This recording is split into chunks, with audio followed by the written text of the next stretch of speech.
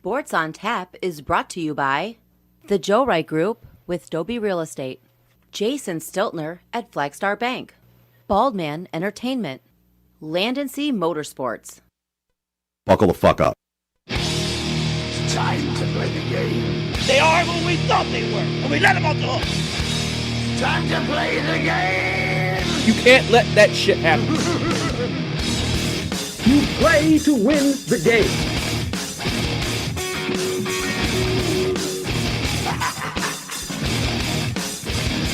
If we take a fucking tight end, I quit! Cannot win with him. Can't do it. I want winners. Time to play the game. And welcome to Sports on Tap Game Day. This is week 14. I am Chris Scott alongside Joe Waddell. Joe, how are we doing? Doing good, man. Just happy to be back in studio. Right. I love it in here. I love that drop from Frank. Every time I hear it, it makes me laugh. I fucking love it. It's so great. If we take an F, because he's so serious about it. He was very serious. He was so serious about it. That was as serious as he gets when it comes to the Lions. It was fantastic. That was by far one of the better drops that we've had. I'm really bad at catching our drops. Yeah, well, we've had plenty of them. We've had plenty, and I'm just really bad at logging down what times they happen and really like going through and catching them. But that was one I made sure. Oh, you had to get that one. I logged that one in. I was like, I'm grabbing that one. Yeah, that one's an all timer for sure. That one will live on for as long as we do this. Yeah, oh yeah, like, absolutely. That one's gonna carry on for years. Oh, for sure, 100%. That being said, let's get into the games. We got a decent slate this week, I think. Yeah, we do. We won't. If anybody's going to question, we won't touch on the Heisman or anything like that today. Today's going to be devoted to NFL football. Yes. But tune in on Tuesday at 7:00. Yes. For our thoughts on the Heisman and anything else sports that you might want us to touch on today, but we're not going to because it's all devoted to NFL today. NFL. So we're going to start out with the former Cleveland Browns taking out the current Cleveland Browns. Baltimore taking out Cleveland. I despise you for that. Thanks, Art Motel. Shit. Baltimore taking out Cleveland. The spread is Cleveland is laying 3. The over/under is at 43.5, and money line is 70% on Baltimore at plus 125. Pretty split on the over/under, 51% to 49% in favor of Baltimore, and heavy on the spread for Baltimore at 63%. Yeah. And this is actually one of Dan's picks, and I'm going to throw out there, if you check the website for the fantasy picks or the fantasy rankings, starts and sits and things like that, and then also Dan's picks, for some reason our website is not updating right now, and I've been on the phone with GoDaddy a few times, and so that's besides the point. I apologize that nothing is showing for this week at all. Still can't update it as of this morning. So I'm going to give you Dan's picks as we go through the day here. Yep. And then hopefully at some point we can update the website as well. But listen in for Dan's picks here. And one of his picks is this game. Yeah. And he likes the Browns minus 2.5 for 3 units. I believe it was 2.5 when he picked them. It's at minus 3 now. I would assume I'm going to speak for him and say buy it down to 2.5. Just because 3 is that number, one of those numbers that we always talk about, right? It is. It's that number that you really don't want because you possibly tie in that scenario if they win by 3. Yep. If you get it down to 2.5, even if it's a field goal game, you can still win. Yep.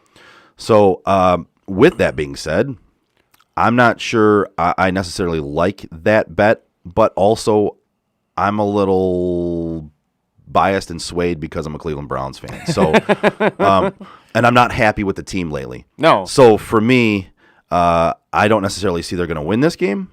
So giving away points for me is not really an option.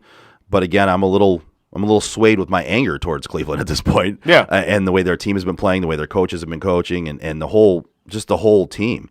So Dan's got a much better record when it comes to football picks than I do. So if you're going to lean one way, I think I've said this before, lean his way. But I'd be wrong if I didn't give you my own personal opinion. I'm with you. I'm actually going to lean with Dan on this one. I think the bye week came at a perfect time for the Brownies, the current Cleveland Browns, I should say.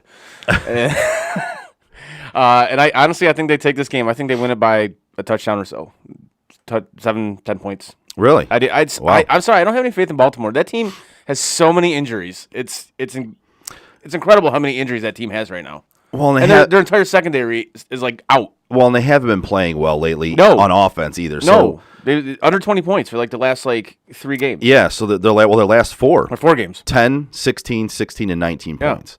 And it hasn't been very well, and Lamar Jackson is a big part of that. So I guess a lot of turnovers. Yeah, and a lot of turnovers. We'll transition into fantasy now, right? So Lamar Jackson's not playing well. His recent slump has been a major reason why the Browns' scoring is down. It's at Ravens.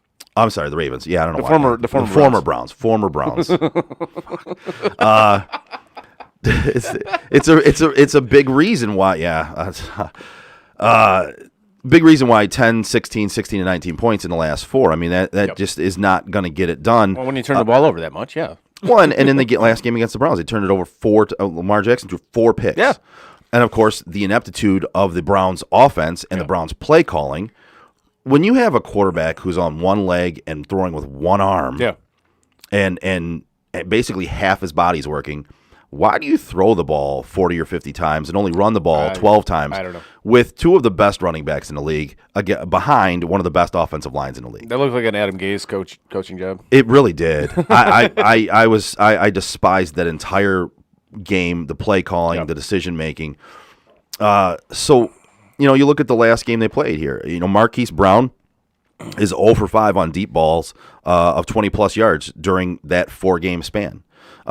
In the last game, Cleveland contained him, 8 for 51. Mark Andrews, despite the incredible laying down one-handed catch he had for 39 yards, only had a line of 4 for 65 and 1. So that 39 yards is a big chunk of that 4 for 65. So the Browns were able to hold them on offense. They took 4 picks away from Lamar. And in this game, maybe I'm talking myself into taking the Browns in this game. There it is. But yeah, the Ravens have not looked good lately. And the one thing that saves Lamar is his rushing ability. Yeah. His rushing skill set keeps him basically as a top 12 quarterback every week. But he has not played well. No, he at hasn't. all. He hasn't, and it's one of the reasons I can't buy into the Ravens. I just can't. They're way too inconsistent quarterback play, and I'll even go as far to say it's just shitty quarterback play. It's not even inconsistent; it's shitty. At times, yes. And it's amazing to say that about a quarterback who won the MVP. I know, right?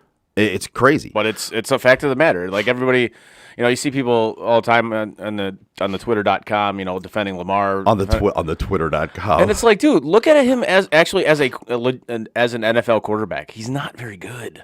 Yeah, he's not. He's not. He'll make electrifying plays from time to time, and that's great. But most of them are with his legs. Yes, and in that case, he hasn't become a better passer. No, and I thought he was going to take that step forward this year. I really did. At the beginning of the year when we talked about it, I thought he was going to make that step forward, and he hasn't. As did I. And because he looked like he was taking steps in the last couple of years, and it just hasn't progressed how I think anybody thought it might. Right. Cleveland comes into this game. They've had some injuries that they're dealing with. Sure. A lot of them. Kareem Hunt's been down for a while. He came back last game, but I mean, he ran the ball.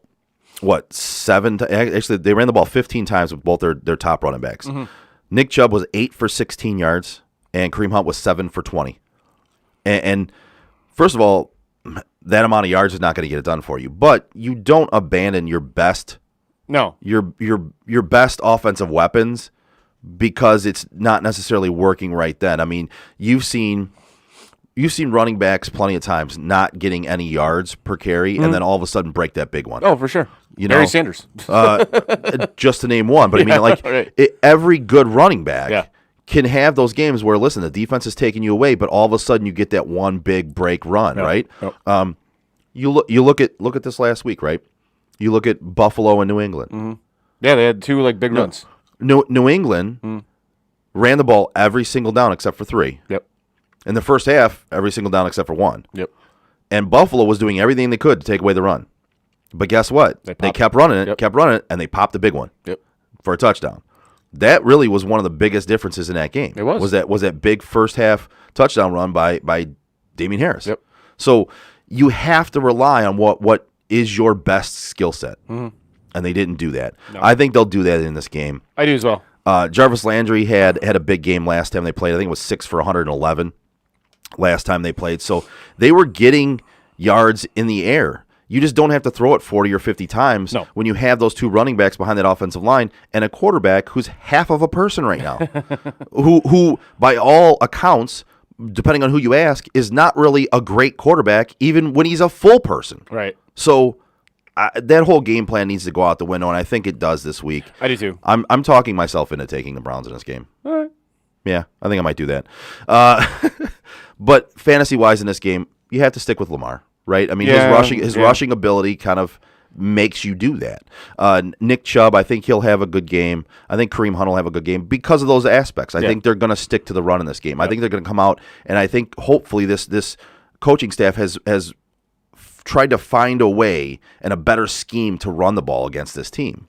And I think that'll open up the passing game too for Baker a little bit. Yeah, listen. I don't think he's going to have a huge game by any means. But no, I think he's going to put up a decent fantasy day. I think he'll have a very. I don't think it'll be big numbers, but I think it'll be quality over quantity. Yep. Right. I think he'll have some wide open throwing lanes.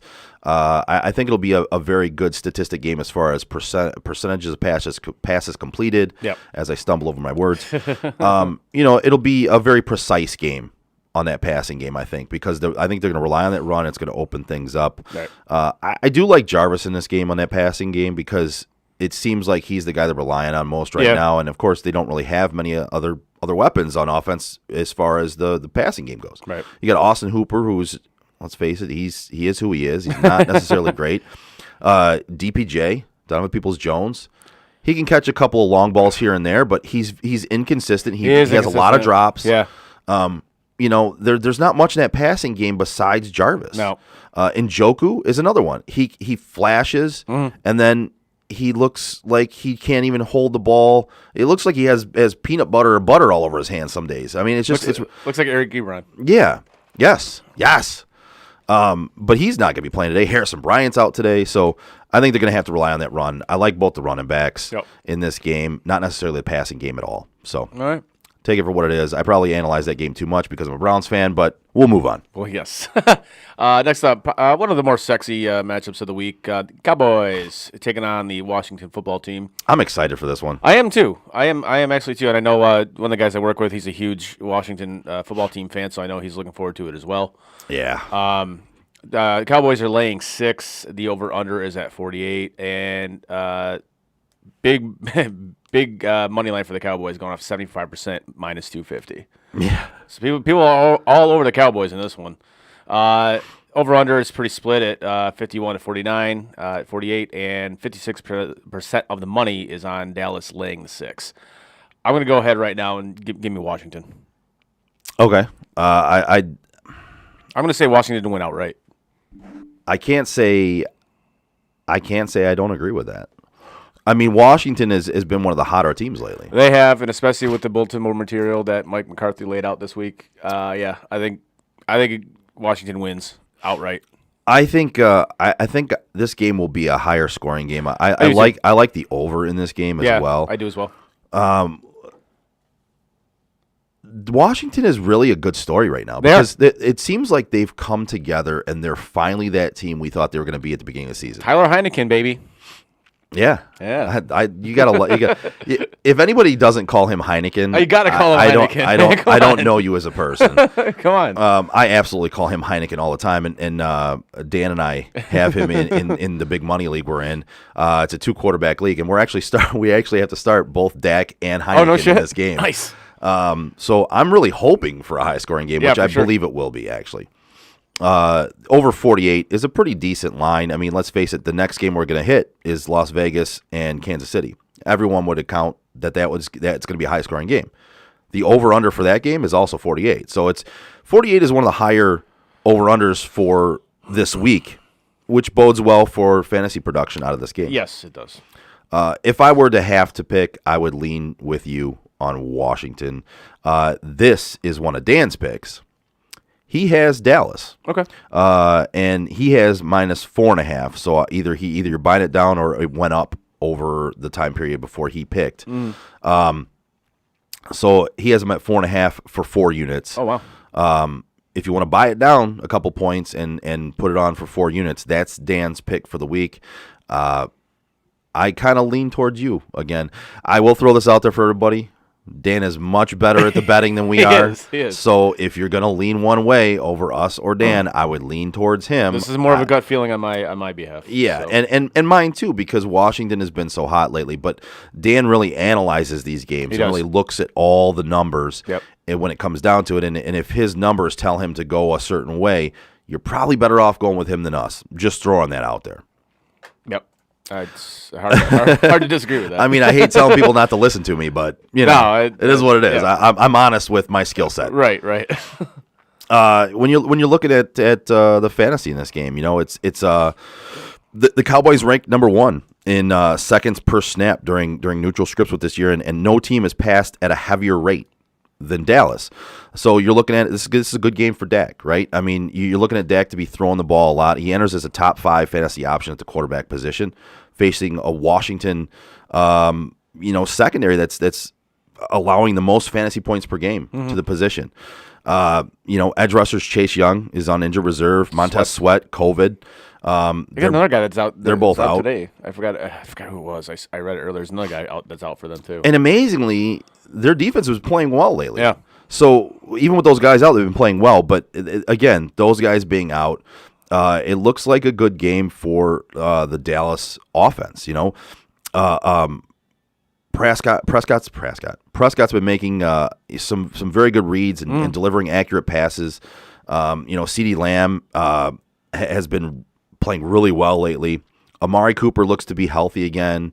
And you got Michael Gallup, who's back from his injury over the first little while.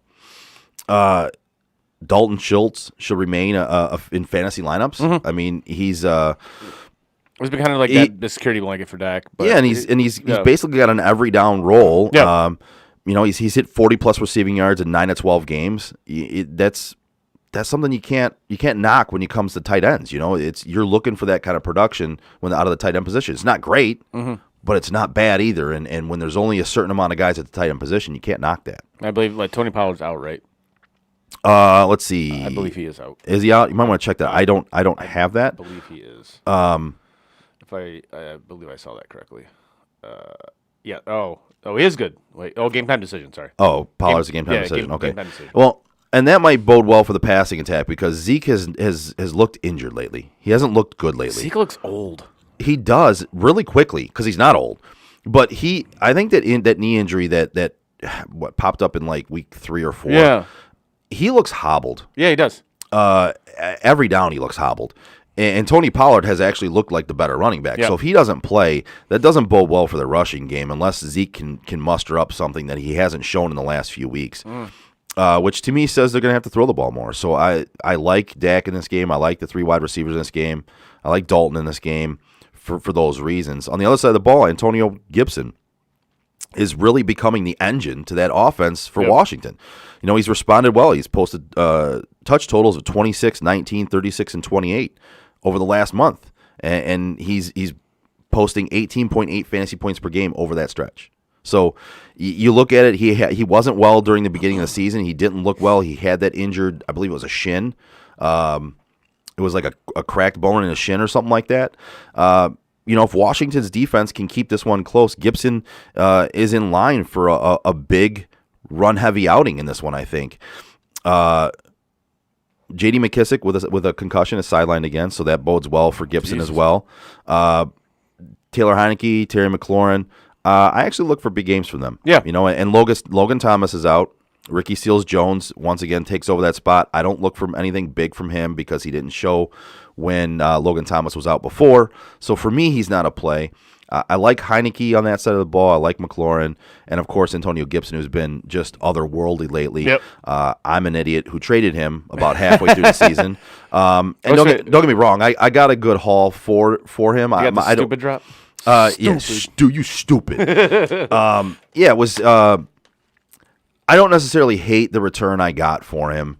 I was able to get a wide receiver and a tight end that I really needed to kind of bolster my lineup, and I had extra running backs because of some good free agent pickups. But again, I am kind of regretting it because when I drafted him in the second round, this is the production I hoped for. Yeah. And he's finally putting it up after I traded After you traded him, of course. So, yeah. But if you're looking at the key players in this game, Dak and that whole passing attack, honestly, and then on the other side of the ball, Terry McLaurin, Heineke, and Gibson for sure. I don't look for anybody else to have big games. Dalton Schultz maybe is a might put up some good numbers. I think he get a sneaky touchdown for you. He could, and he's going to put up good enough numbers. If he's your tight end, you're going to be okay with it. Yep. I stay away from Ricky Seals-Jones. I stay away from the other guys in this game. I just don't see big games coming from anybody else. I see the big names putting up big games. No, I'm with you on that one. Next up, as you previously mentioned, Vegas taking on Kansas City. Kansas City's laying 9.5. The over/under is at 48. 88% of the money is on Kansas City at minus 450. 55% of the money is on the over at 48, and 55% of the money is on Vegas getting the 9.5. I would stay away from this game personally, but Same. yeah, if I had to lean towards something on this, Over. Yeah, I would lean to the over. That's the only thing I really touch in this game. Yeah, I don't want to take part in anything as far as the spread goes. No, and especially a rivalry game, divisional game. No thanks. And minus 450 on the money line is nothing I want to even touch. That's fucking pointless. So, yeah, there's no reason to do that. So this line to me pushes me away from it. I do like the over in this game though. Yeah, I'm with you on that one. I definitely think these guys are going to put up some points. Yeah, and then making our way to the fantasy aspect, the Raiders are entering this game as massive underdogs, right? So they should. They played like shit the past like fucking 6 weeks. Yeah. But Derek Carr gives them a shot at keeping this one a little more competitive than Vegas might believe, right? Depending on which Derek Carr you get. That's true. In the two matchups last year, we saw a 40-32 win by the Raiders and a 31-35 loss. Yep. So those two games were very, very close. And listen, Darren Waller's not in this game for Derek Carr, so he's going to have to find some other route, right? And Darren Waller wasn't really otherworldly in this season anyway before he went down with the injury. And Kenyon Drake is out, the pass catching back. But Hunter Renfro's come on very strong lately. He's become a number one wide receiver as far as fantasy goes out of nowhere. Out of nowhere. I mean, he's posting stat lines that are just insane. It's so funny. You see the meme of like him next to like DK Metcalf. It's like yep. Okay. And the skinny dude is a better receiver. Yeah, it seems like it. Yeah, both those guys play the same position, and it's just that they're such different people. But he's posting some very good numbers, and the Chiefs are very fantasy friendly when it comes to the slot. The 12th most fantasy points per game, and Hunter Renfrow that's where he lines up, and that's where he plays out of. There's been, lack of a better term, it's been volatile play from the rest of that receiving core. Mm-hmm. You know, you've got Brian Edwards, Zay Jones, Deshaun Jackson, the corpse of Deshaun Jackson, who had a really great route and catch and deep run, and then all of a sudden fumbled the ball right because he just didn't start running for. I don't know. It was weird. It was a weird play. One of the weirdest plays I've ever seen. And then the backup tight end, Foster Moreau. There's times where he looks really good, and there's times where he looks like he is a backup. Mm-hmm. So you don't really know what you're going to get from him. And again, back to that term, it's very volatile outside of Hunter Renfrow. So I think they're going to lean on Josh Jacobs in this game. Yeah, I think he's going to have a decent day today. Yep, him and his 9 kids with his 8 women. Dude can't pull out of a driveway. I just don't understand some of these guys. But anyway, I think Josh Jacobs is going to get as many touches as he can handle in this game. I think they're going to do their best to try and keep the ball out of Kansas City's hands. Yeah. I think he's in line for a very, very good day. And I think Derek Carr and Hunter Renfrow in this game will put up solid numbers. I don't know that they keep it close enough that it'll be – you want to take the Raiders plus that 9.5, which we already talked about. But I think they'll put up some decent numbers. Yeah. I'm not even going to touch on the other side of the ball because we all know who you're playing on the Kansas City Chiefs, right? You're not sitting anybody. No, you're starting all your guys. You're starting Mahomes. You're starting Kelsey. You're starting Hill. You're starting CEH. Listen, he's splitting carries with Darrell Williams, so maybe you can just start Darrell Williams as a flex if you have him. Outside of that, nobody, because nobody's worth starting other than that, because it's always a crapshoot. You never know what's going to happen after that. But you're also not sitting those guys, even though Tyreek Hill can put up a 2-catch game. So you're playing them, and you're just hoping for the best. It honestly all depends on who the opposing defense keys on. That's true. But you never know which guy they're going to key on. Is it going to be Tyreek Hill? Is it going to be Kelsey? Is it going to be what's the other dude's name? The other receiver? Oh, Mecole Hardman. Yeah, Mecole Hardman. Yeah. You don't know the guys that they're going to focus on. So it's kind of hard fantasy wise to say, yeah, definitely got to start this guy. But it's the Chiefs. Everybody's going to eat at least a little bit. Yeah. So I can tell you who I don't start. Let's put it that way. Right. I can tell you I don't start Byron Pringle. No. I don't start Mecole Hardman. Yeah. The only guys I do start: Mahomes, Kelsey, Hill, Williams, and Allaire, and that's about it. And even then, if you don't start Williams because you have a better option, cool. If you don't start Allaire because you have a better option, cool. I'm not even going to hate you for that. But I don't start anybody outside of those guys. And on the other side of the ball, Derek Carr is a crapshoot. He's a like a dart throw, literally. And you have to play Renfrow. Yep. He's done too well lately. He's been too good lately. And when it comes down to it, he's like the only weapon in that offense as far as the passing game goes. No, it's hard to disagree with that, but the sad state of affairs with the Raiders. Sorry, Frank. I know you're kind of disappointed about that, but it's what it is. You kind of knew the season was going to go downhill after the whole fiasco with Ruggs and Gruden and all that nonsense. So. Yeah, the Gruden thing was bad, and then of course the Ruggs thing is even worse. Yeah, and it hit that team hard. It did, and so you're kind of seeing the results from that. But it's what it is. We digress a little bit, but moving on. What are you going to do? Yeah, exactly. Moving on to the next game, a very, very unsexy matchup. You sure about that? Yes, the Sea Chickens and the Texans. Good Lord. Yeah, exactly. Seattle's laying 9.5. The over/under's at 41. 100% of the money is on Seattle at minus 425. Yes. 57% of the money is on the under at 41, and 74% of the money is on Seattle minus the 9.5. Again, another game I would not touch with a 10-foot pole. Nope. I don't like anything about this game. Nope. Nothing. I don't expect that we'll see much of this game on Red Zone either. I really hope not. Listen, if we do, it's because the game is surprisingly offensive geared. I don't see it being on Red Zone a whole lot. So I won't see much of this game because that's all I watch is the Red Zone. So I don't. No. And like fantasy wise, I mean, listen. DK and Tyler. I don't even think I start Russell, even though it is Houston, but He's been so bad since he came back from that injury. It's maybe you start him. I don't know. Like he's been severely underwhelming. Oh yeah, I don't know. Like that finger's still affecting him. Week 13 kind of sparked the turnaround against San Fran. It was 30 of 37. That's 81% completion, right? I mean, that's good. It's not bad. 230 plus yards and a pair of passing touchdowns. But even then, a lot of that came later in the game. It was a late rally almost. Like it was not. It was like Stat Pafford. Yeah. So I don't know if I necessarily trust them. I mean, those aren't bad numbers. So if you play them, it is what it is. I don't expect big games.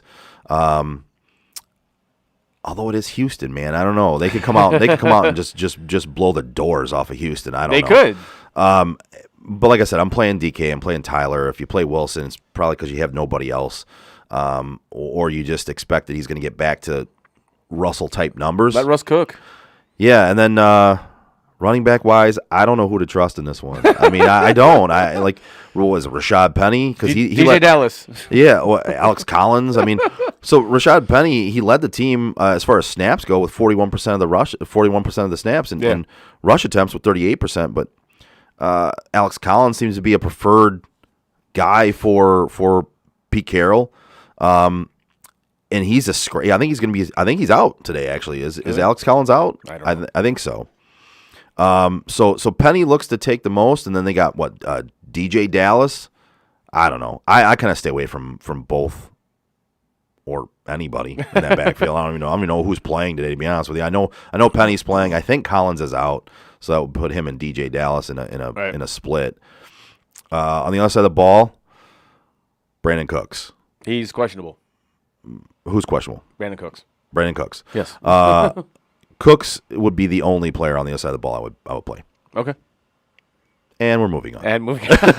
I have nothing else to say about that. Moving on. There's nothing else. I'm not going to even go any further into that. That's awful.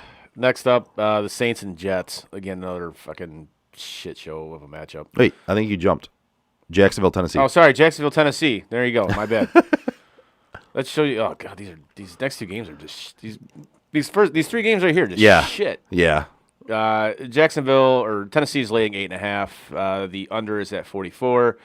98% of the money is on Tennessee at minus 455. 55% of the money is on the under at 44, and 70% of the money is on Tennessee minus the 8.5. Again, honestly, no, this one's actually easy for me. Give me Tennessee. 100% give me Tennessee. Absolutely. 100%. I might buy this down to 6.5. I might buy a couple points in this. Yep. But give me Tennessee in this game, even at the minus 8.5. I think give me this team, Tennessee. after all the shit that just came out about what Uncle Herb said, his coaches and players and shit. Oh, dude. Urban Meyer called out his assistant coaches and called them losers. Oh my god. He got into an argument with Marvin Jones. Yeah. And he basically said, "I'm a winner. You guys are losers. This is not how my team should be." Like, this is shit's derailing. Oh, big time. Very quickly big in time. Jacksonville. I think Tennessee absolutely blows the doors off this team today. I agree with that. I would take Tennessee all day. Yep. All day in this game. Yep. Moving to the fantasy side of it, I don't like anybody on Jacksonville's side of it. Nope. I'm stuck starting James Robinson in a couple leagues. But last week he didn't get the ball because he fumbled, and Uncle Herb thought in his brilliance that Carlos Hyde, who's been in the league for like 30 years, would be the better option. Carlos Hyde, Ohio State guy. Yeah, exactly. There you go. So it's one of those things where James Robinson fumbled once, and he basically got pulled out of the game. Yeah. And Uncle Herb, like, bro, these are grown men. These aren't kids, right? Yep. I mean, and not to mention, you're going with Carlos Hyde. Why? Because you have an affinity for him. That's really, it's because he's your buddy. And so this is falling apart very quickly in Jacksonville. I don't like anybody in this game. I think we said that at the beginning of the season. Before the season I started. believe somebody in the studio did. Maybe three somebody. Maybe three somebody said this was going to happen. When it comes down to it, on the other side of the ball, I like everybody. I love Hilliard. I love the combo of Hilliard and Foreman in this game. They're both good enough to get the job done in this game against the Jacksonville team, who they're going to probably be running the ball a lot on, right? Yeah, Kamara is probably going to have a monster game. What's that? Kamara's playing, I believe. Well, this is Jacksonville, Tennessee. That's the God. Why do I keep looking at that? Jesus, it's that one's next. We'll get that one next, we'll buddy. Get to that one. Sorry, my bad. But yeah, so the guys I like in this game, I like Foreman, I like Hilliard on that side of the ball. Yeah. I like James Robinson, obviously, but he could get benched at any point in time. Other than that, I kind of stay away from this matchup. Yeah. You're looking at so last week. I mean, Sony Michel ran roughshod against this group. He was 24 for 121 and a touchdown, and he hadn't started a game all year and really hadn't been used much all year, and it was only because Henderson was down. Mm-hmm. But he posted 24 for 121 and a touchdown. So I like both these running backs, Foreman and Hilliard, in this game. Hilliard's more of the change of pace guy. He can break a big run, but Deontay Foreman is the guy who's going to get the majority of the carries, which he has, and he's gonna poke and prod, and he's going to get you chunks, and he might even get you a touchdown. Maybe if you're lucky, two in this game. Right. We'll see. Hilliard might steal one of them. Yeah. But the passing attack for Tennessee, I don't see that they're going to be needed a whole lot in this game. They might get some quality chunk yards out of Julio and out of Nick Westbrook, Ick9 or whatever his name is. Who? Exactly. but I don't see them needing to do a whole lot in this game. No. And I see the running attack being used a lot for Tennessee. No, I do as well. It's honestly it's just kind of a shitty matchup. It's like anybody for the Titans, I think they're going to have a decent day. I don't think anybody's going to go off per se, but Right. they're going to get you some decent fantasy points. Yeah, really the running backs are the ones that I look at to possibly have some big days. I mean, could that passing could they decide to throw the ball more? Maybe. I just don't necessarily see that's going to be needed. No. Next up, now it's the Saints and Jets. New Orleans, Now we can talk Alvin Kamara. Yeah, right. The Saints are laying 5.5. The over/under is at 42.5. 86% of the money is on New Orleans at -235. 74% of the money is on the under at 42.5, and 74% of the money is on New Orleans laying the 5.5. Again, this is another game I'd stay away from. I don't like anything about this. These teams are shitty. Honestly, I take New Orleans in this game. Fair. Give me New Orleans minus the 5.5. All right. Listen, New Orleans is not good, No. but they're getting Kamara back. They're going to rush the ball with Taysom Hill and Alvin Kamara, and I think they're going to try to control the ball, control the clock, and I see them winning this game by probably by a touchdown. So give me New Orleans minus 5.5 in this game. As far as that, I might do like a prop bet with this game if I were to do anything. Yeah. But other than that, spread or over under any of that shit, no, I'd probably stay away from it. That's just me. probably smart actually. I think anything involving the New York Jets, I want to stay away from. Honestly, like a prop bet, like for interceptions for Zach Wilson, I would probably hop all over that. Like two interceptions. Yeah. I would probably hop all over that. I think I would hop all of that every single game he plays. Yeah. Looking at the fantasy side of this one, New York ranks 32nd in PFF rush grade as far as their defense goes. So you're looking at this game, you're looking at, even though you've got a banged up Taysom Hill, you've got a banged up Alvin Kamara, they're both probably not at 100%. Right. Kamara's missed a few games. Taysom Hill had almost the same injury as Russell Wilson had last week on his finger. But after that happened, he rushed for over 100 yards because even though the opposite side knew that he was going to run the ball, they couldn't stop it. Mm-hmm. He lined up at quarterback with an injured finger, knowing that he couldn't throw the ball, and they rushed him almost every time, and he got over 100 yards, and they couldn't stop it. So I look for Taysom Hill and Alvin Kamara to actually have good days today. Oh, yeah, I hate saying that because I'm playing against Kamara in my big money league, but he's going to come back. He's probably going to have a big day today. I don't look for anything out of that passing attack. Taysom Hill as the quarterback, yeah, I'd play him because I think he's going to get rushing yards. So probably, hopefully he takes a couple touchdowns away from Alvin Kamara. I'd like that. But I both those plays I like. I don't necessarily like the passing game in this one. I don't think again, just like the last game, I don't think it's going to be needed. On the other side of the ball, they're going to need to throw. Zach Wilson, I don't play him at quarterback, but listen, Elijah Moore is out. Corey Davis is on IR, and Elijah Moore might have been put on IR. Either that or he's definitely out, I know. Cross him off then. Jamison Crowder is a guy that I kind of look at as a play I might want to throw in this game with those wide receivers all out. Even Keelan Cole maybe, like a couple guys there that could have big games because they're going to need to throw the ball. And then at running back, Ty Johnson. So you got Tevin Coleman's out with a concussion. Michael Carter's on IR still. Ty Johnson's a guy I look at, and he can receive the ball in the backfield. He's going to get the majority of the carries from what it looks like. He's going to be the primary back with, I believe, Austin Walter operating as the change of pace guy. Who was that guy? An accountant? Austin Walter. Never heard of him. Yeah. So Ty Johnson's a play in this game Ty Johnson's a sneaky play in this game for me because he's going to get the majority of carries out of that backfield, the majority of the touches out of that backfield, and he can receive the ball out of the backfield. He's a decent receiver. So I like that play today. Other than that, I sit everybody else in this game. You're gonna come back and you're say to me, Traquan Smith had a great game and you said to sit him.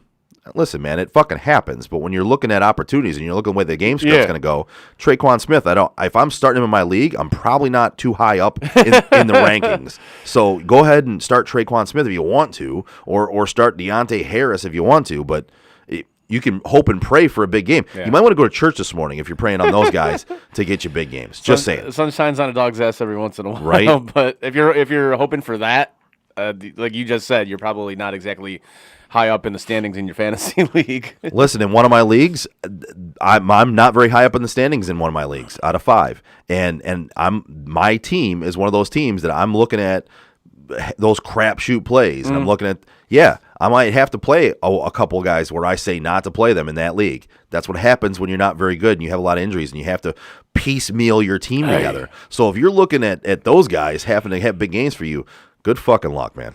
No doubt. Next up, Atlanta and Carolina. Carolina's laying 2.5. The over/under is at 41. 56% of the money is on Atlanta getting or plus 115. 52% of the money is pretty split here with the over at 41, and 60% of the money is on Carolina minus the 2.5. Give me Atlanta. I'm on the other side of that one. Give me Carolina. Okay. Just neither one of these teams are very good, and in that case, I take the home team, and it's 2.5. It's a field goal game for me, and that's the way I'm looking at it. The only reason I'm taking Atlanta is because Carolina, they just fired their offensive coordinator, so they're gonna have to. I don't know how that's gonna work out this week. And see, I look at that. Usually, the first week after something like that happens, the team rallies around. Okay. It's usually the second and third week where you see what really pans out. Right. I think the team rallies around that a little bit this week, and I think Matt Rule gets them up for this game. I think Cam Newton comes out and has a decent game. He hasn't looked well lately. What was it? He posted a stat line that was just absurdly awful Right. A few weeks back. He's it was back. like 5 for 20 or something like that. It was insane. I think their game plan this week will bode well for them. I think they'll come out and look pretty good in this game. That's, again, 3 points for me. I'm not necessarily going to die on this hill, but No. it's minus 2.5 and they're at home. Yeah. I'll take them. All right. Looking at the fantasy side of this one, over the last 4 weeks, Atlanta, they ranked 31st in points per game, 32nd in point differential, 28th in yards per game. So I don't love anybody in this matchup on that side of the ball, and Carolina's got a decent defense. But you look at Russell Gage, he's coming off a career high outing. It's one of those things where he's been getting the targets lately because, listen, they have no Calvin Ridley, and Kyle Pitts has not really been otherworldly like they thought he was going to be. And He was supposed to be the guy, man. Yeah. So I don't mind Russell Gage in this game. Cordero Patterson, I think you have to play him because he's been that utility knife player. He's been the guy that's been otherworldly when it comes to this Atlanta team. He's the reason why they have a few of these wins that they have. He's got to be your flex guy for sure. He's got to be a guy that's in your lineup. Other than that, I don't necessarily love anybody else in this matchup on that side of the ball. Like I said, Russell Gage is a decent play, but I don't know if I love it. No. If I'm stuck starting Russell Gage, it's because I have some buys, I have some injuries, and it's kind of a crapshoot play. You go to the Carolina side. It was reported that one of the reasons why the Panthers let go of the OC, looking for. He wasn't getting it done with Newton, right? Mm-hmm. Right. Cam Newton, there was no rapport there. They want to run a more run-heavy attack, whereas he was trying to pass still. Yeah. So it just wasn't meshing well. So that reportedly is the reason why they got rid of him, right? So I look for Cam Newton and Chuba Hubbard to kind of have big games in this game. So I look for them to have a rushing attack in this game as opposed to a passing attack. Yeah. DJ Moore is still a good play. Yep. I think he can still get open for the few times that they're going to pass it. I think he's going to be the main guy that's going to be the recipient of those passes. Other than that, not much in this game, man. Not much. I mean, could be a big game rushing-wise for Hubbard and Newton because that's reportedly why they fired the OC. They wanted to rush more, and he just wasn't doing it. So Right. I don't know. That's another shitty game. And we move to another shitty game. Shit. Lions, Broncos. Denver's laying 11.5. The over-under's at 42. 90% of the money is on Denver at minus 560. 73% of the money is on the under at 42. And 57% of the money is on the Lions getting the 11.5. I'm actually going to roll with that. Well, listen, the Lions are, 8-4 against the spread? Yeah, and I just read a stat. I think the what the hell is it? The under is 5-1 in Broncos' last 6 home games. So Yeah. if you're gonna take the under, take it.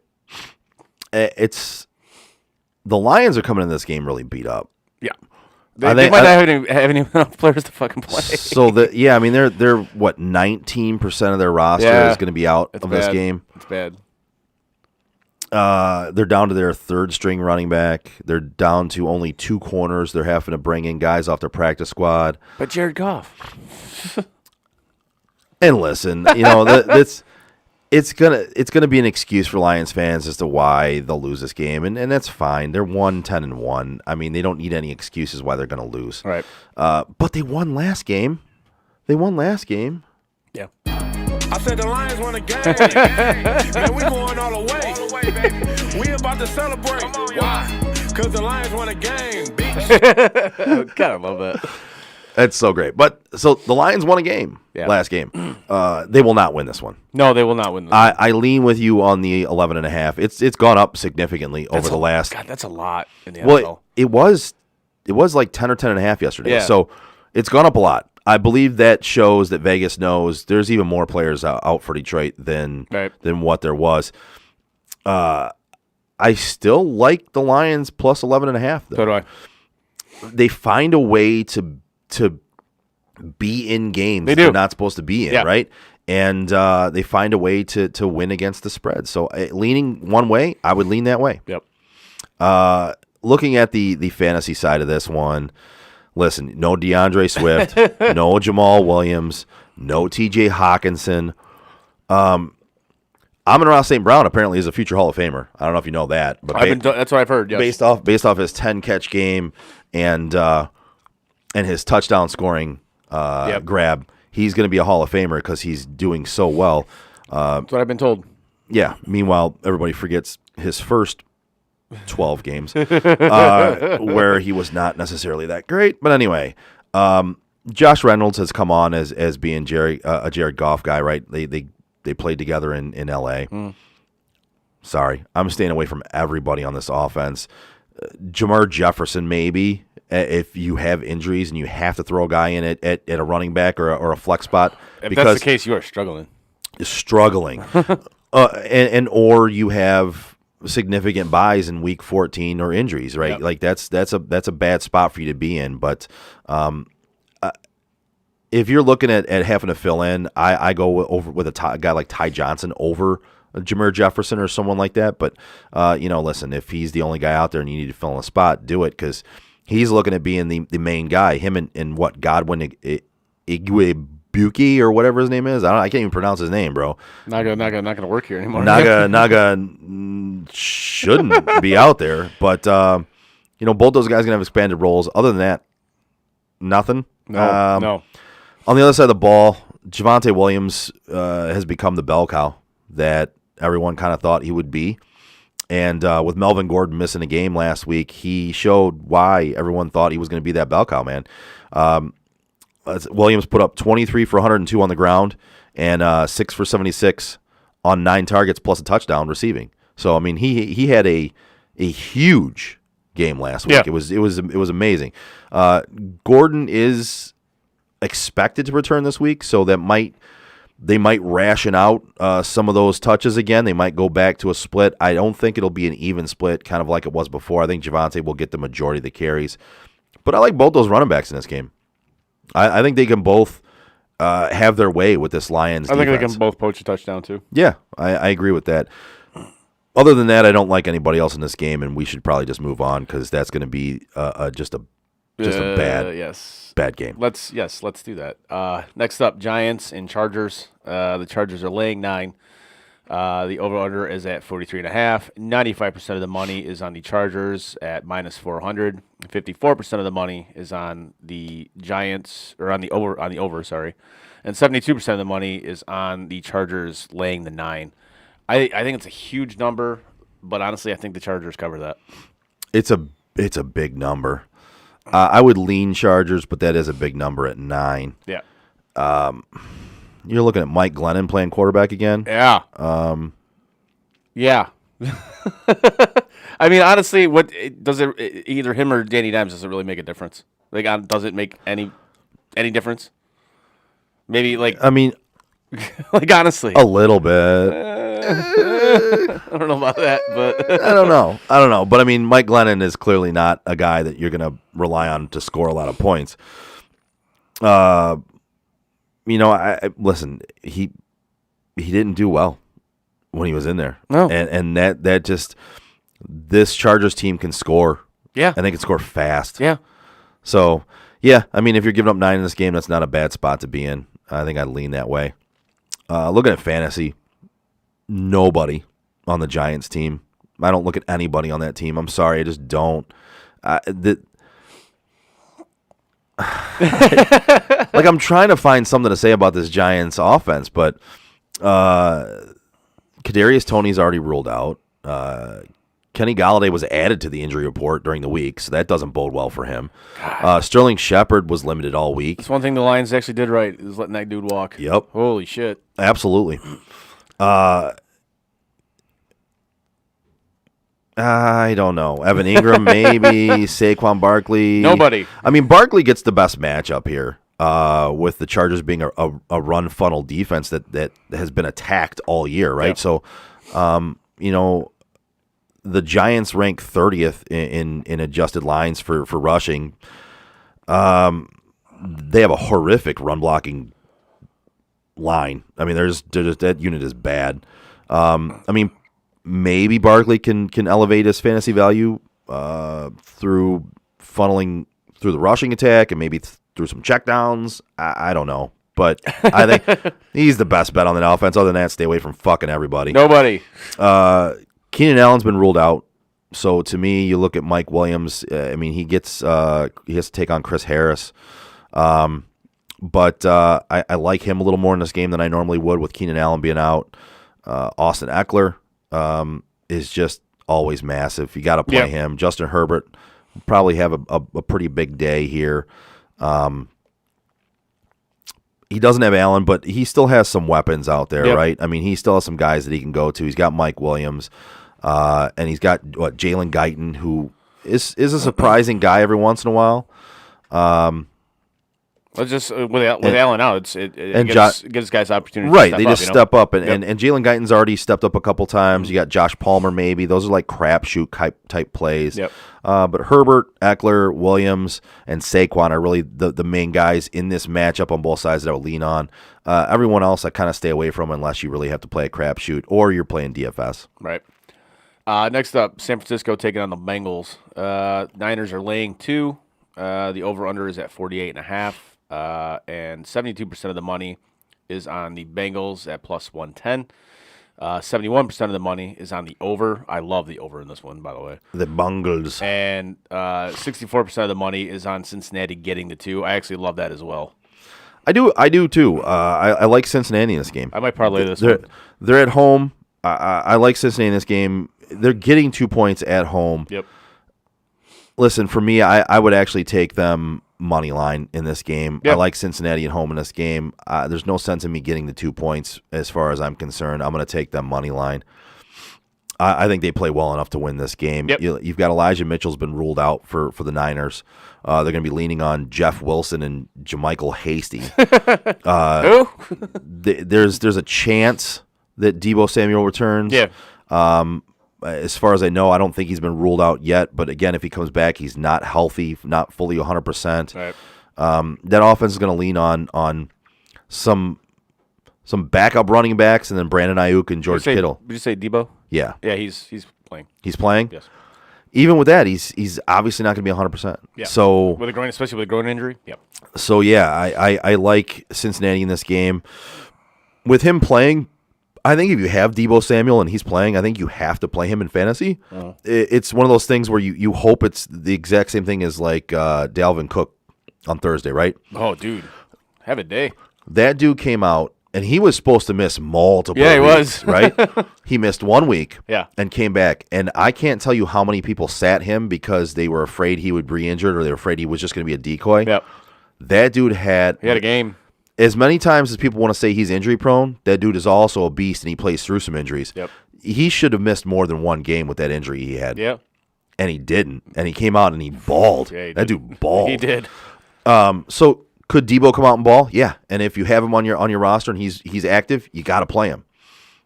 I don't know if I would expect Dalvin Cook type numbers. No. You never know with these big name players though. I mean, listen, these guys that have otherworldly talent, they can go out and put up big games even with injuries. So maybe you hope for that. George Kittle is a must start. Yep. I mean he's been on a roll lately. Last week he was on full display last week. It was 9 for 181 and 2 touchdowns. He's a beast. I mean that's just insane. And you look at the other side of the ball here. Looks like Joe Burrow and T. Higgins are going to play. Joe Mixon is a game time decision. It looks like reports indicate he's likely going to play, but you're going to need to check into that if you've got him on your roster. Definite game time decision. Yeah, so check into that. Listen, Jamar Chase has kind of slowed down a little bit. T. Higgins has become more of the guy in that offense, but I think we talked about this last week. It's because they're rolling coverages to Jamar Chase because he's that good. And then T. Higgins has been open more. And then Samaje Perine. Listen, if Joe Mixon can't go, I'd throw him in there. I don't mind him as a backup running back, as a guy that if Mixon's out, he's going to get the majority of the carries and the majority of touches out of that backfield. So right. I kind of like that play if Mixon is out. If he's not, you go away from that. You go away from that one. So no doubt. Next up, Bills, Buccaneers. Tampa Bay's laying 3.5. Over/under is pretty split at 52.5. Money line has 88% of the money with Tampa Bay minus 200. 51% of the money is on the over at 52.5, and 66% of the money is on Tampa Bay minus 3.5. This is easy for me. Give me Tampa Bay minus 3.5. It's simple. Buffalo just their offense looks so bad. It looks. It's hard to find a word to describe how Buffalo's offense looks. I would say incomplete, maybe, for lack of a better term. yeah, I don't like what they're trying to do. It's let Josh Allen do Josh Allen things, and I feel like they're just keeping the reins on this dude, and it's sad. they haven't looked good lately. This actually is one of the third game that Dan has, and he has Buffalo Bills plus 3.5 for 5 units. Oh wow. He feels very strongly about this one, and I kind of lean that way. Listen, Buffalo, they got embarrassed against New England. They did. Very much so. Yep. And in a game where New England basically lined up and said, hey, we're running it, and Buffalo could not stop that. That game for that offense for Buffalo, I don't hold that against them. There was a lot of weather conditions going on there. There was, but I will hold it against them for this reason. You have a 250-pound quarterback who can actually run the fucking ball. Well, do it. Yes. So basically the what New Orleans did with Taysom Hill after he hurt his finger should have been what Buffalo was doing with Josh Allen. Yeah. And they didn't do that. So I hold that on the coaching staff. But as far as the players go, I think they're better than what that game shows, because there was a lot of problems out there. The problem with Buffalo is that they don't really have a running game other than Josh Allen. Right. So you look at it, they've been constantly trying to find that guy. They tested out Breida because they didn't trust Singletary. They didn't trust Zach Moss. They actually sat Zach Moss a couple times. Yep. I think Buffalo bounces back in this game. I'll take them plus the 3.5 with Dan here. For me, it's a gut feeling. Dan probably has a lot more insight into this as far as research goes. For me, it's a gut feeling. For me, it's just I see Buffalo bouncing back and being able to throw on the Tampa Bay defense that is not so great against the pass. It's not. So and Tampa stops the run, right? What does Buffalo not do? Run. So this is going to be, I think this is going to be a very high-scoring shootout game. Yep. I think Buffalo can keep pace enough to that 3.5 points is going to help you out in the end. Nice. On the offensive side, I like fucking everybody in this game. Yeah, I do too. I mean, if they're playing in this game, I think you play them. Listen, Dawson Knox at tight end even. I like him as a play in this game. Cole Beasley, Emmanuel Sanders, Stephon Diggs, Josh Allen. I don't like the running backs. I stay away from Moss, stay away from Singletary, stay away from Breida. On the other side of the ball, Tom Brady. Who? He's I don't know if you heard of him, but he's Never heard of him. He's a little older of a player, hasn't got much publicity, but he's going to go out there and he's going to take on a Bills secondary that can be thrown on. It can be. And you got Mike Evans in a good spot with Trey White on IR now. You start everybody on that side of the ball, even the rushing attack on that side. Fournette, yeah. I like Fournette, Godwin, Mike Evans. Listen, you're starting your guys in this game, and you're feeling good about this matchup on both sides of the ball. I think it's going to be a very, very high-scoring game. Yeah, that's why I like the over in this, too. Yes. Yes, I agree with that. Next up, the Sunday night game, Bears-Packers. Green Bay, god damn, that's a big-ass spread. Green Bay's laying 11.5. The over-under is at 43. 98% of the money is on Green Bay at minus 650, so what's the point of even betting that? 68% of the money is on the over at 43, and 67% of the money is on Green Bay laying the 11.5. This is another game I would stay as far away from as possible. That's just me. That's a lot of points. I like Green Bay in this game, but that's 11.5. I like Green Bay to win this game, but 11.5. And I believe Fields is starting this game. Oh, Fields is starting. I believe so, yes. I actually, if I were to lean one way, I would take the Bears plus 11.5. If I like hypothetical gun to my head, I'd take the Bears plus 11.5 in this game. If you're looking at fantasy in this game, Aaron Rodgers is kind of a must start, right? You have to start him. I don't like the quarterback situation on the other side of the ball as far as like being able to start them in fantasy. They could have decent games. I like David Montgomery's matchup in this game. Aaron Jones as well, I think, could have a big game. Then wide receiver wise, listen, Devontae Adams. Yeah, there's no question about it. No, right? Like you're playing him. Arguably the best receiver in the league. Yeah, you might want to start that guy. I actually think he's going to be the leading wide receiver scorer this week. I think he's going to have a huge game against that Chicago secondary. And on the other side of the ball, I like. Well, let's stick to that side of the ball though. I actually like Valdez-Scantling as well. I think he can be a guy that can put up some numbers opposite Devontae Adams. I like Darnell Mooney in this game. I think he's become a go-to guy for no matter which quarterback is going to be in there. I think he's going to have a decent game, and I think Cole Kmet is maybe a crapshoot tight end play if you need one. Yeah, he can come out of nowhere. Yep. Like he get some, especially with Fields, like security blanket type thing. Yeah, I could definitely see that. Yep. Next up, the Monday nighter. The Rams are taking on the Arizona Cardinals. I'm actually kind of looking forward to this game. Yep. Arizona's laying 2.5. The over/under is at 51.5, and 60% of the money is on Los Angeles at plus 115. 63% of the money is on the over, which I absolutely love, at 51.5, and 72% of the money is on Arizona laying the 2.5. This game, I would take the over in a heartbeat with this game. Yeah, I would absolutely take the over with this one. Yes. I would too. I have both these defenses ranked very low in my fantasy rankings. Looking at it, I think this is going to be a very high scoring game. Me too. Which for me, I'm taking Arizona minus the 2.5, and I also like the over in this game, so I might parlay that together. Yep. And then looking at the fantasy side of it, I think you're playing everybody. I don't think there's anybody that you really realistically sit in this game. No. I think Kyler showed that he can get it done now that he's back from the injury. He can get it done via the air or the ground. And you look at, Hopkins is back from that injury. Didn't really look like it bothered him much at all coming back. No, he'll be fine. You're playing everybody in this game. Yep. I'm not even going to go through all the names because there is no reason to. there isn't. Cup, Van Jefferson, you name them, I'm playing them. Play your guys. Just look at the matchup as far as look at what happens with Henderson. I know he's still questionable whether he's going to play or not. If he comes back, he might still be hobbled. I do still like Sony Michel in this matchup, even if Darrell Henderson comes back, because listen, with all intents and purposes, they're going to make the playoffs, so they're not going to risk re-injuring Darrell Henderson when they have Sony Michel, who went out and posted big numbers last week. Right.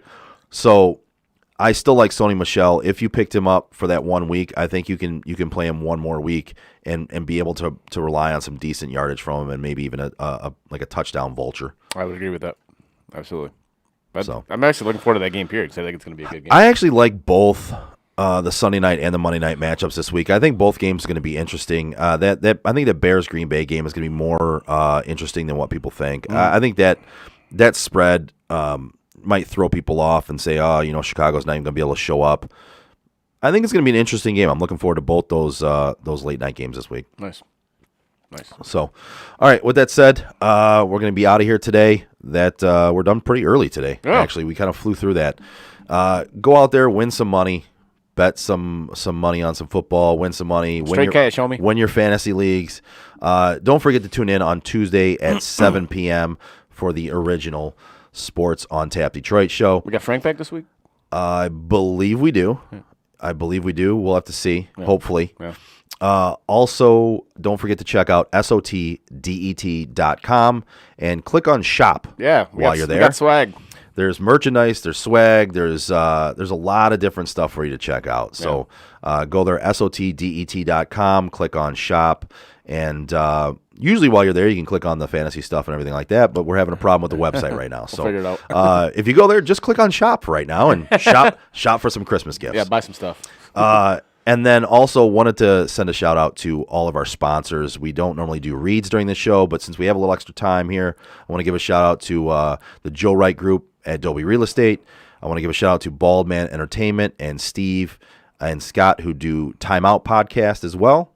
I want to give a shout out to Jason Stiltner from Flagstar Bank. They are all very important to us, and we appreciate all of their support in sponsoring us. So thank you very much for that. Go check them out if you get a chance. They're all great people at what they do. This is accurate, yes. So with that being said, we're going to be out for this week. Enjoy your football Sunday, and we will see you Tuesday at 7 p.m. for the original Sports on Tap Detroit. Down the field. Fuck this shit, I'm out. Fuck this shit, I'm out. No thanks, don't mind me. I'ma just grab my stuff and leave. Excuse me, please. Fuck this shit, I'm out. Nope. Fuck this shit, I'm out. Alright then. I don't know what the fuck just happened, but I don't really care. I'ma get the fuck up out of here. Fuck this shit, I'm out.